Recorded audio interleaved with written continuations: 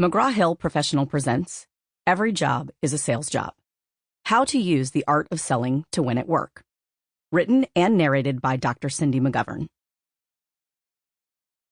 This is for everybody who's ever said, "But I'm not a salesperson." I hope this book will convince you that using the skills of the sales professional, no matter what your job or job title, will help make you more successful at work and at life. Introduction. I have 3 important truths to share with you. First, you are a salesperson. Everyone is, like it or not. Second, you should be selling, at least unofficially, all the time. And third, selling, even unofficially, will help your career and company. Here's how I know that. I'm a born college professor. Or I was. Or I thought I was. I'm not anymore. I am a former college professor. Turns out, I'm a born salesperson. Turns out, I'm pretty good at convincing people to do what I ask them to do. I'm persuasive, I know what I want, and I'm passionate about getting it. That passion, when coupled with what my grandma called my gift of gab, and my naturally outgoing nature, seem to be contagious. If I really, really believe in something, I often can infect others with that same energy and confidence. And then they want to help me, or give something to me, or work with me, or be my friend.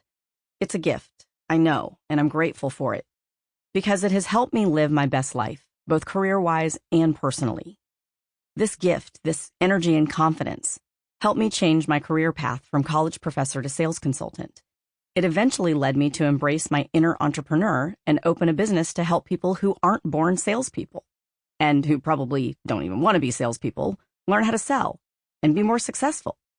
But I never, ever would have called myself a salesperson when I was a college professor. Yet, without realizing it, I sold all day long. Guess what? So do you. No matter what you do for work, no matter if you're outgoing like me, or a little shy, or even an introvert. That's an important revelation, because no matter what job you're in, college professor, lawyer, Uber driver, maintenance engineer, receptionist, coder, or anything else, you have to sell stuff. You might not think so. You might not realize it, but you do every day, every single day. As a professor, I had to sell my students on coming to class and turning in their assignments on time. As a lawyer, you have to sell clients on accepting plea deals and juries on finding your clients not guilty. As a maintenance specialist, you have to sell your company's decision makers on upgrading the equipment you need to do a good job and the people you work with on using that equipment properly. As a receptionist, you have to sell the people who walk up to your desk or call your office that you and your company are friendly and value their business. As a coder, you have to sell your colleagues or clients on approving your web page designs and taking your advice. As a manager, you have to sell your team on working together to reach a common goal. Regardless of your job title, you have to sort of unconsciously sell people every day on believing that you're competent, deserving of their trust in future business, reliable, and nice to work with. You have to, just by the way you talk and behave, sell the customers you meet every day to believe that your company is a good one to do business with. All day long, you sell your ideas. You sell your company. You sell yourself. Let me tell you about my own epiphany. It's the moment that led me to where I am today.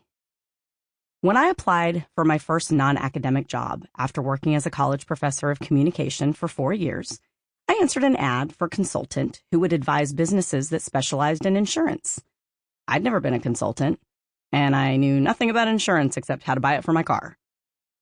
My first interview was by phone, another first for me. During my conversation with a woman named Laura, I learned that the title of the job was actually Sales Management Consultant. Oops, I'd never done sales either. 3 strikes so far.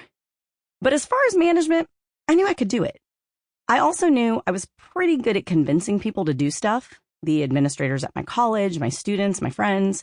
So I figured if I could get an in-person interview, I'd be gold. I set out on a mission to convince Laura over the phone to call me in for a second interview, this time in person. I knew that if I could look her in the eye, I could convince her that I was coachable and teachable and that I could do this job. Sample complete. Ready to continue?